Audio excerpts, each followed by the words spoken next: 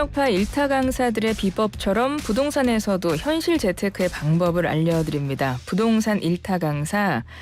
오늘도 한문도 연세대 정경대학원 금융부동산학과 교수님 전화 연결해서 이야기 나눠보겠습니다. 교수님 안녕하세요. 네, 안녕하세요. 네. 요즘 부동산 시장에서 눈에 띄는 뉴스들, 또 전문가의 해석이 필요한 뉴스들 좀 살펴보도록 하겠습니다. 먼저 부동산 가격 동향을 좀 봐야 될 것 같은데요.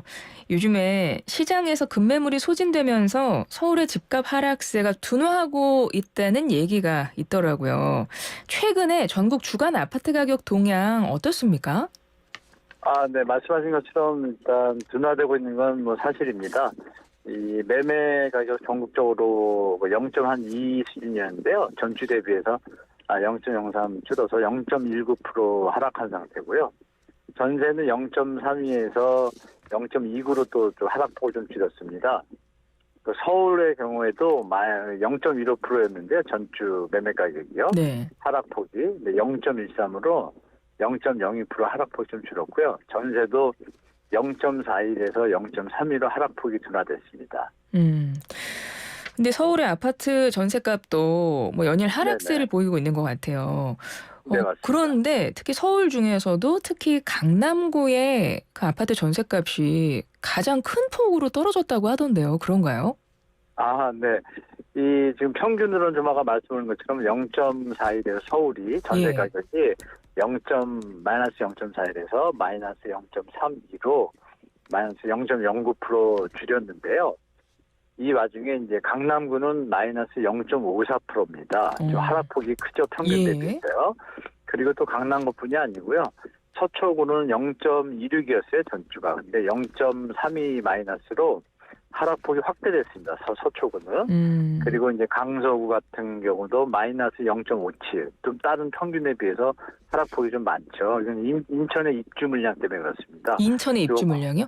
네, 입주 물량이 많거든요, 인천에. 예. 강서구에서 이제 경인고속도로만 타고 가면 20-30분이면 인천에 도착을 하니까 그쪽으로 이동하는 수요가 좀 존재합니다. 그리고 또 영등포구하고 관악구도요, 마이너스 0.52, 0.54 각각 평균 대비해서 한 2배 정도 더 하락을 했습니다. 그래서 이쪽 지역들은 이런 입주 물량 영향이나 이런 것들로 인해서 하락폭이 다른 곳보다 서울에서도 하락폭이 큽니다. 그래서 이 추세가 여러 가지 금리 인상 우려도 있고 앞으로 또 급매물 소진은 됐고 그러면서 이제 매도 효과가 좀 올라갔어요. 올라가면서 일단 약간 매수 세력이 약간 주춤하는 모습을 보이고 있는데 여전히 특례보금제라고 1.3 대책으로 인해서 하락폭 둔화 추세는 이어지고 있습니다. 당분간. 당분간은 좀 둔화 추세. 그러니까 이런 곳은 지금 입주 물량이 많고 하다 보니까 아까 이제 짚어주셨던 곳들, 강남구를 네, 비롯해서 예. 그런 곳들은 지금 전셋값이 좀 큰 폭으로 떨어졌는데 그게 입주 물량이 많아졌기 때문에 예, 맞습니다. 예, 고금리 여파도 좀 있겠고요. 이제 그런 건데 어찌됐건 당분간 하락세는 좀 이어질 것 같다. 이런 말씀이신 거죠? 예, 맞습니다. 일단 특례보금자리론이 이제 또 소진이 많이 됐잖아요. 예.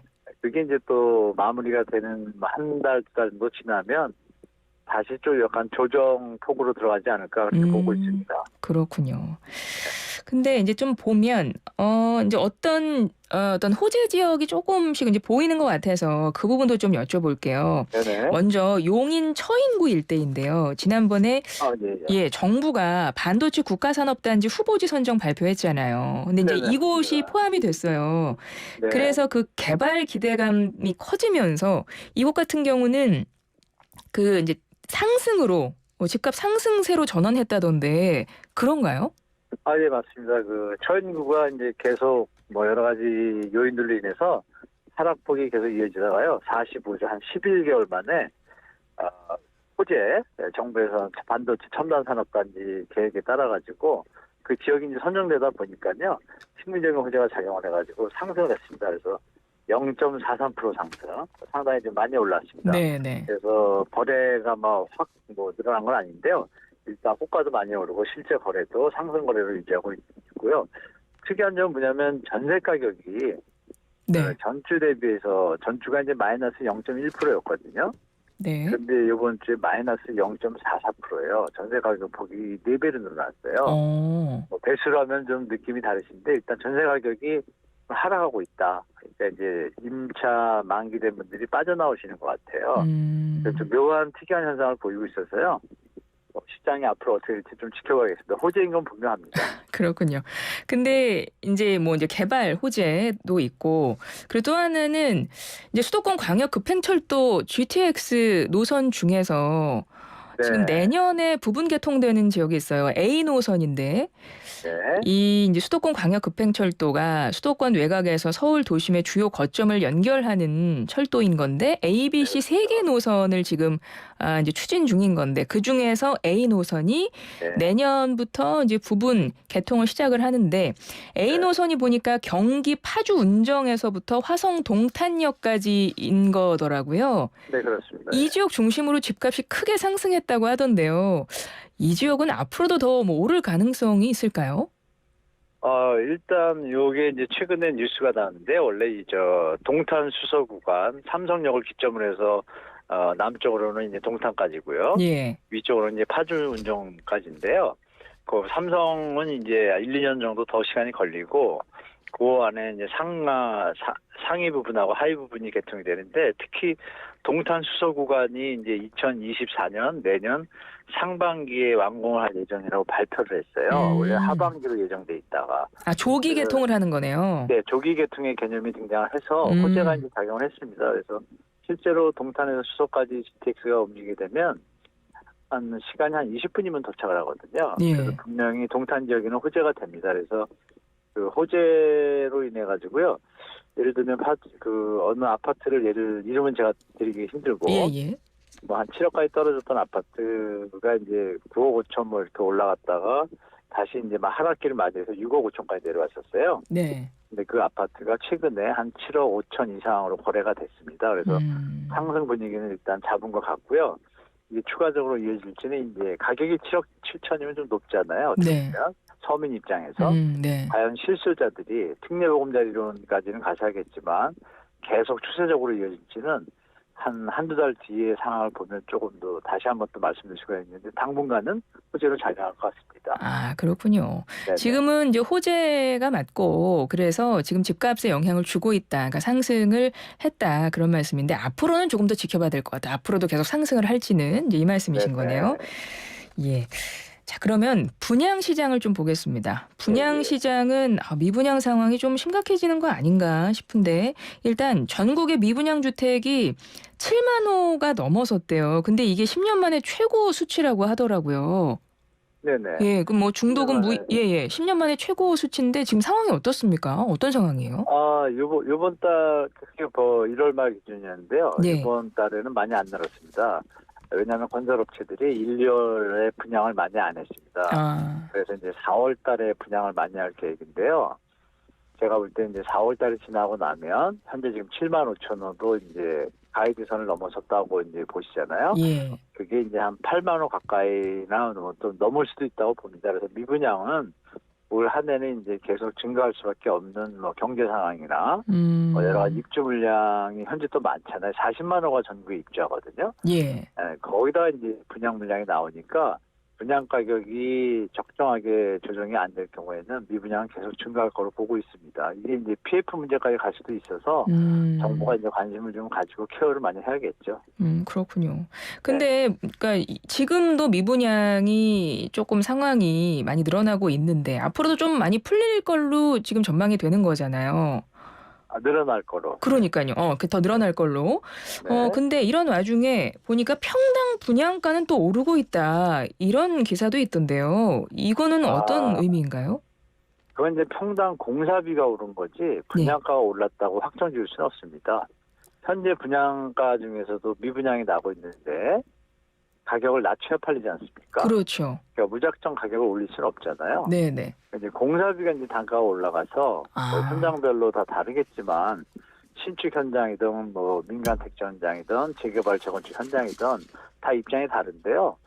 일단 분양을 빨리 해야 되는 현장에서는 분양가를 조정해서 낮출 거고 특히 이제 건설 주택을 짓는 데서 건축 공사비 비중이 전부를 차지하는 건 아니잖아요. 땅값이 제일 비싸거든요. 네네. 그리고 이제 이익이라는 부분이 있지 않습니까? 건축비는 건설 공사비에 자재비는 좀 올랐지만 나머지 전체 분양가가 높았다라면 이익이 만약에 20%였다라면 뭐 10%를 다운시키면 분양가가 내려올 수도 있겠죠. 중요한 건 이제 뭐 좋은 입지나 이런 곳들에서는 건설 자재비 인상을 어떤 명분으로 분양가를 높이겠지만 과연 시장에서 그게 수요자들이 제대로 그걸 받아들일지는 이제 지켜봐야 될 것 같아요. 잘못하면 뭐 외면당하는 현장들도 많이 있거든요. 예, 분양가 예. 잘못 책정하면. 네네. 그래서 무조건 분양가가 상승했다고 보기는 어려울 것 같습니다. 아, 그렇군요.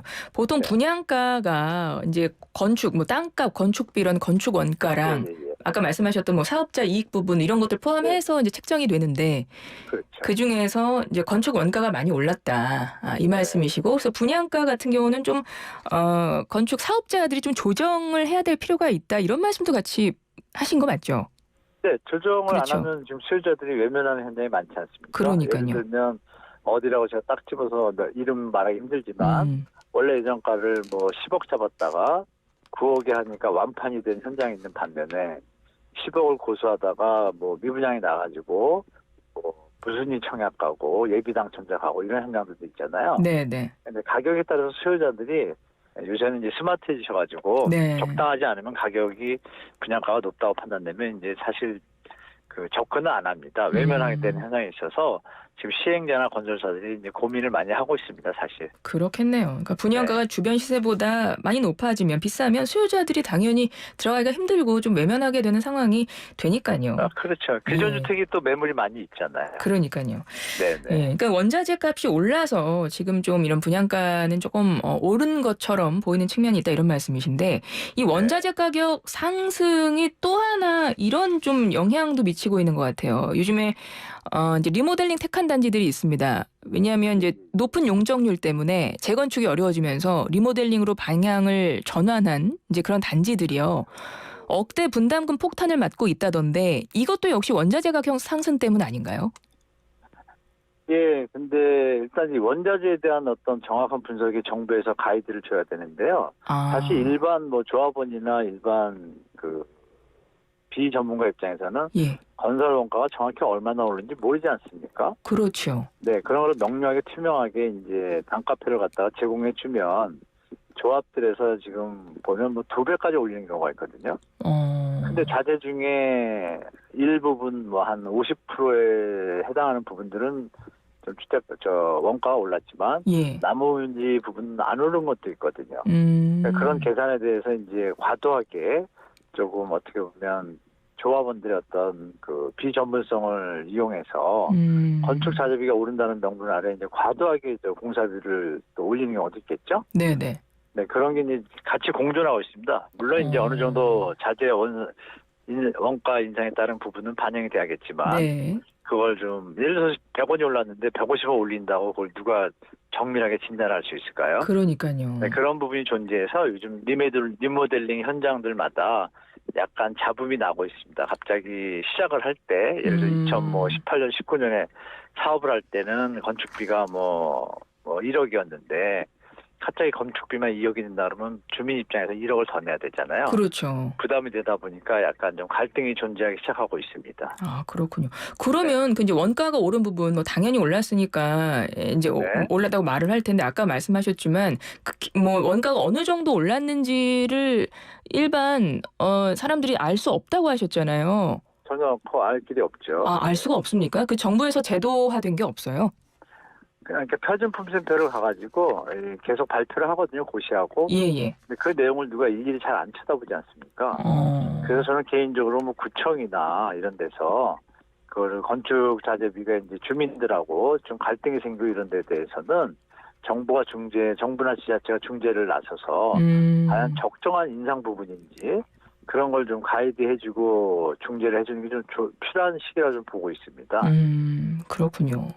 아까 말씀 중에 그래서 요즘에 이제 분양 시장이나 그런 곳에서 갈등이 좀 많다고 말씀을 하셨고 지금 같은 경우 원가도 정확하게 지금 파악할 수 있는 어떤 제도가 제대로 마련된 것도 아닌 상태이기 때문에 그러니까 확인하기가 좀 어려운 상황이어서 그 부분이 좀 보완이 됐으면 좋겠다 이런 말씀을 하셨는데 지금 정부는 뭐 청약제도 어느 정도 좀 손을 보고는 있지만 이 미분양 상황에 직접 개입하지 않겠다 이런 입장인 것 같거든요.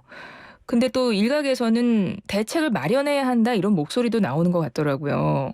어떤 좀 이미 대책을 마련하지 않았나요? 어떤 원래 대책들이? 미분양이 나면은 파산이 돼야 되는데 파산을 막아주느라고 정부에서 작년 11월에 긴급 대책에서 그 PF 자금 예. 50조 투입해줬잖아요. 이미 했는데 지금 일각이라고 얘기하셨잖아요. 네네.